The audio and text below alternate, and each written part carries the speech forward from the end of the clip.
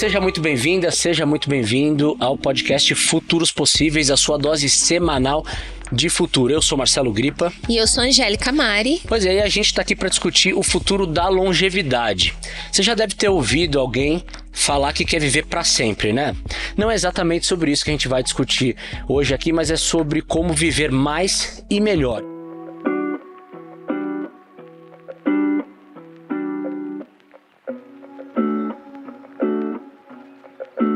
Então, Angélica, explica aí o que está no seu radar nesse tal de futuro da longevidade.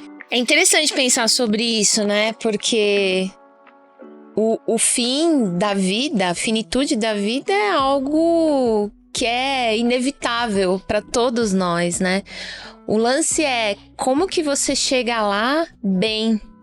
Então, as minhas reflexões sobre esse assunto, elas passam por um lugar individual e coletivo também, né? Individual no sentido de pensar, por exemplo, como que eu planejo uma menopausa menos sofrida, por exemplo, né? E coletivo no sentido de, depois de várias encarnações profissionais, né? Porque a gente está olhando para uma vida profissional muito mais longa e diversificada. Depois de tudo isso, se eu quiser desacelerar, que tipo de comunidade eu vou estar inserida? Que tipo de hobbies eu vou ter? O que eu vou estar fazendo nesse fim de vida, né? Então é mais uma reflexão interna e também externa. Isso você trouxe é muito interessante porque conecta o individual e o coletivo que fazem parte da mesma história quando a gente pensa em longevidade, né? Eu, por exemplo, né, gostaria de ter uma velhice saudável, mas ao mesmo tempo prazerosa também, né? Porque num cenário em que a gente vai ter mais tempo e, por outro lado, com limitações físicas que, pelo menos até agora, são irreversíveis, né? É muito interessante a gente conseguir encontrar a equação disso tudo, né? Lógico. E essa discussão passa por muitas áreas, né? E a gente vai abordar somente algumas delas, não vamos esgotar o assunto, né? E uma das frentes é o futuro da medicina, né? Porque é o que vai habilitar a gente a chegar nessa velhice saudável que a gente quer. E onde estamos quando pensamos nos avanços da medicina? Bom, as pesquisas atualmente elas se concentram em entender os fatores genéticos do envelhecimento, né? Então, existem aí muitos avanços em técnicas de edição de genoma, como o CRISPR, por exemplo. CRISPR é uma das técnicas mais modernas de edição genética aí de vários organismos, incluindo plantas. E isso é importante, né? Quando a gente olha para uma população que envelhece cada vez mais e muito rápido, né? Só para contextualizar e trazer alguns dados, em 10 anos, o número de pessoas com mais de 60 anos no Brasil aumentou de 11,3% para 14,7% da população. E é um dado que revela uma mudança importante aí na estrutura etária da população. Lembrando que a expectativa de vida aumentou muito nas últimas décadas, né, Marcelo? Eu sempre acho isso muito interessante porque a gente tende a olhar para a nossa vida e para o nosso futuro com base no hoje, né? Mas, por exemplo, sabia que em 1960 a expectativa de vida era de 52 anos? E hoje, a gente está falando aí de 60 anos depois, a expectativa de vida está na casa de 75,5 anos, isso geral, né? Mas tem uma diferença de gênero, né? Homens vivem em média menos, aqui no Brasil, 72 anos, e mulheres mais 79 anos. Sim. Então, dado esse contexto, né, de envelhecimento rápido da população, quando a gente pensa para onde vamos, né, nessa seara de avanços na medicina, a gente está falando de avanço na genética e pesquisa com células-tronco, biotecnologia, e aí o objetivo é prolongar a expectativa de vida, né? E a ideia é pensar como a velhice pode ser retardada, interrompida e até mesmo revertida. né? E não surpreendentemente, as pessoas que mais estão investindo nisso são os bilionários, né? Sim, porque é o único problema que eles têm, né? Além de ser o único problema que eles têm, na verdade é a única coisa que nos compara, né, nós, mortais e pessoas comuns, digamos assim. Ao Olimpo, né? Ao Olimpo, exatamente, que é a velhice e a morte, né? Sim. Todo o resto pode ser contornado de alguma forma quando você tem muito dinheiro à sua disposição. Exato, né? Então a gente vê aí os bilionários investindo fortemente nessa área. Um exemplo, Jeff Bezos, aí, o fundador da Amazon, que investiu na Altus Labs, né? Que é uma empresa que estuda tecnologia de reprogramação biológica. O fundador da Coinbase, né? Esse império do Bitcoin, o Brian Armstrong, que também investiu em uma empresa com atuação parecida. E aqui no Brasil temos o Laércio Cosentino, aí, fundador da TOTUS, uma gigante do software, que está envolvido com a Mendelix, que muita gente conhece dos testes de Covid, que tem um braço que se chama Meu DNA de sequenciamento genético, né? Então, a pesquisa com células-tronco aí deve avançar para regenerar tecidos envelhecidos e a biotecnologia cada vez mais usada aí na área de terapias anti-envelhecimento. E esse assunto foi tema também do Web Summit Lisboa, né, que é a maior conferência mundial de tecnologia. Nós estivemos lá pela Futuros Possíveis e você acompanhou um painel especificamente sobre esse tema, né, do futuro da longevidade. É isso aí. E, inclusive, um dos palestrantes previu que uma pílula que vai retardar o nosso envelhecimento, isso atrasar o relógio biológico, tá logo ali. Então, se você não ouviu, recomendo a conferir, assistir e ouvir esse nosso download do Web Summit Lisboa. Então, essa parte dos avanços da medicina é uma das que a gente vai tratar dentro do guarda-chuva do futuro da longevidade. A outra é nutrição e estilo de vida. Onde estamos nessa parte aí, Angélica? Bom, existem aí muitas evidências, né, que apoiam o impacto da dieta e do estilo de vida no envelhecimento, né? Então, a gente está falando aí de aspectos como restrição calórica, dietas baseadas em plantas, portanto, vegetarianismo e atividade física regular aí, sendo fatores importantes para potencializar uma expectativa de vida mais longa, né? E um exemplo a gente vê isso refletindo na cultura popular, né? Por exemplo, em séries no streaming. Você assistiu da Netflix, Como Viver até os 100 anos? Como Viver até os 100 anos. Eu assisti e eu achei muito legal. Muito legal, principalmente porque se trata ali de histórias de pessoas comuns, que são privilegiadas por uma série de questões, né? Por exemplo, geograficamente e tal. Deve ter algum fator genético envolvido também, né? Ou batata doce. Não sabemos, mas isso que é legal. Tem muita coisa de dia a dia, por exemplo, subir ladeira, né? Por exemplo, comer bem, uma alimentação com base em vegetais, salada, batata doce. Roxa, especificamente. Batata doce roxa. O que mais chamou a atenção nessa... Além da batata doce roxa, eu adorei a Centennial japonesa jogando, interagindo com a comunidade, dançando com acho que era uma lata d'água na cabeça, né? Só faltou cantar, né? Lata d'água na cabeça. Ela joga também uns tipo bocha. Exatamente. Não era isso? Exatamente. Eu achei incrível. E assim, eu quero ser assim quando eu crescer. Eu tenho uma avó, inclusive, que completa 100 anos no mês que vem. E assim, é um ideal a ser seguido, sabe? Até muito recentemente, super lúcida, saudável, né? Com esses percalços típicos da idade, né? Você começa a ter alguns probleminhas, mas no geral, uma vida muito longeva e muito fundamentada em coisas é como uma alimentação simples, porém muito natural. Nutritiva, atividade física e bons hábitos mentais, né? E propósito também. Você percebe a felicidade, a tranquilidade na vida dessas pessoas que ilustram, por exemplo, essa série que a gente está comentando, né?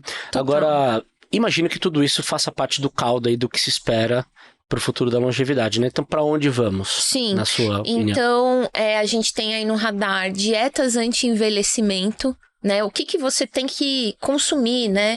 Uma ingesta maior de proteína, por exemplo, alimentos antioxidantes e tal, que tem essas propriedades, né? Também o papel de atividade física, mas especificamente o quê? Para o seu tipo físico, para as suas necessidades, né? Para estender aí a sua expectativa de vida. E também o impacto do gerenciamento de estresse, né? Como a gente sabe, Brasil, uma das nações com maior prevalência de estresse, né? Então, isso vai ter que ser gerenciado de alguma forma para auxiliar aí numa perspectiva de longevidade. E você falou uma palavra mágica aí, gerenciamento. Até agora estamos falando de hábitos do dia a dia que as pessoas podem mudar, né? Mas esse gerenciamento ele vem com o uso de tecnologia pesada, né? Tecnologias como inteligência artificial, análise de dados que já estão sendo usadas em larga escala, em alguns casos, né? Para ajudar a pavimentar esse caminho. O que é que você tem visto nessa área? É isso, né? Não dá para falar de longevidade hoje em dia sem falar de inteligência artificial, né? Então, ela também tem um papel aí nessa evolução, nessa perspectiva de futuro.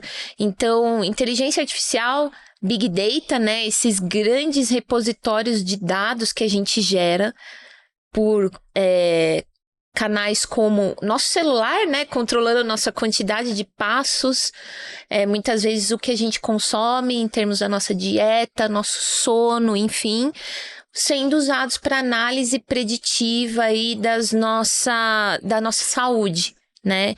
E dispositivos vestíveis, como relógios inteligentes, aí sendo usados de forma cada vez mais sofisticada em monitoramento de indicadores da saúde. A partir disso a gente pode imaginar um cenário em que, seja por meio do celular, seja por meio do relógio inteligente, seja por meio de uma assistente virtual em casa, né? Todos esses dispositivos vão coletar dados, vão identificar padrões e vão traçar cenários, vão se comunicar, inclusive, com médicos à distância, né? E a partir disso você vai ter um cenário mais personalizado sobre a sua real condição de saúde e sobre o que é que você precisa fazer também para melhorar seus indicadores de saúde a partir daquilo. Porque a capacidade preditiva, né, de detecção de doenças, por exemplo, ela é um ganho muito importante que vem a partir da evolução da tecnologia. Não só numa perspectiva de saúde privada, mas também de saúde pública, né? Também. Na gestão de recursos aí que governos disponibilizam para a saúde, né? Se a gente sabe que determinada população tem uma incidência maior de doenças cardíacas, por exemplo. Então, vamos tratar isso de forma mais precoce possível para que essa pessoa não chegue no fim da vida, né, na velhice, com problemas que inviabilizam uma velhice saudável, né? E acho que existe um papel muito importante do prontuário eletrônico para o usuário final, né? Porque no momento o nosso registro de saúde é uma caixa preta, né? Que está espalhada aí em vários lugares, né? No sistema privado, no sistema público. Então, concordo com você, vários conjuntos de dados convergindo para um lugar onde os profissionais têm acesso, a farmácia terá acesso, outros atores do ecossistema de saúde terão acesso e nós também, né? Para poder ter um vislumbre do que a gente precisa fazer para ter uma saúde, portanto, um envelhecimento mais saudável. E até para cuidar dos médicos à distância, né? A gente sabe que o Brasil, por exemplo, é gigante, né? Tem uma desigualdade social muito grande e nem sempre a ida ao médico é fácil. né? Exato. Até mesmo nas grandes cidades. Tem um fator cultural também, né? Principalmente entre homens, né? Eu sei que você é um ponto fora da curva nesse sentido, né, Marcelo? As estatísticas não mentem, né? Você viu que os homens vivem em média 7 anos menos que as mulheres. Sim. Aqui no Brasil. Então, acho que passa também por uma revisão cultural, né? Homens também revisitarem as suas atitudes sobre o autocuidado, né? E também muito com essa perspectiva preditiva e como eu quero estar lá na frente, né? Mulheres também, homens, ter esse autocuidado pensando numa velhice melhor. Tem que acabar com aquela história, não vou procurar porque vai que eu acho, né? Pois é. Mas vai que acha, mas tudo bem achar, mas que seja logo, e que né? seja previamente, exatamente. Sim. Bom, e tem também uma parte dessa discussão que é muito importante, que é a conexão mente e corpo, né? Você mencionou aí o fato de o Brasil ter uma alta incidência de estresse, né? E a gente sabe que a saúde mental não à toa está cada vez mais em pauta, porque realmente ela é essencial e precisa ser endereçada com mais cuidado nas análises. Né? Sim, e as pesquisas estão cada vez mais solidificando essa ligação entre saúde mental e longevidade, né? Tem muito a ver. A gente já falou de gerenciamento de estresse, né? Bem-estar mental e conexões sociais nessa promoção de uma longevidade, uma vida mais longa e saudável. Essa parte de conexões sociais, ela é importante porque aqui no Brasil a gente não tem ainda uma cultura, talvez por não ser um país tão velho quanto, por exemplo, a Europa, que é um continente velho, né, que as pessoas já estão mais acostumadas a atividades voltadas para essa faixa etária, né? Eu acho que a gente precisa evoluir muito e buscar exemplos fora do país. Você tem um exemplo muito interessante, que é o The Village Movement nos Estados Unidos, né? Sim. Você tem razão que na Europa isso já tá andando há muito tempo, né? Eu me lembro de visitar uma pessoa idosa não foi Amsterdã, foi numa cidade no interior da Holanda, em que era um condomínio à primeira vista normal, né? Só que eram apartamentos desprovidos de cozinha, né, para evitar acidentes, né, com as pessoas idosas. Mas aí era tudo como num apartamento normal, os bibelôs, os retratos da família e tudo mais, a decoração. Só que no térreo tinha uma cozinha, uma unidade de pronto-socorro, áreas de convivência. Então tudo ali servindo a pessoa idosa, né? Mas o Village Movement é um movimento nos Estados Unidos, né? Que cria vilarejos em cidades em que pessoas idosas podem não só sobreviver, mas viver com dignidade e plenitude, né? Realizando atividades juntas, se conectando, porque a gente não perde, né, essa vontade de estar junto, de ter uma velhice, como você falou lá no começo, né? Proveitosa, né? Que você curte a vida, né? Então, o Village Movement vem muito ao encontro disso. Só que no Brasil a gente ainda está muito incipiente nisso, né? Essas comunidades, elas são muito elitizadas ainda, né? É claro que a vida em comunidades, por exemplo, em comunidades num contexto de vulnerabilidade, as relações sociais, elas acontecem e evoluem, né, para a velhice. Existem problemas, lógico, mas existe muito essa vida comunitária do cuidado, né? Essa economia do cuidado.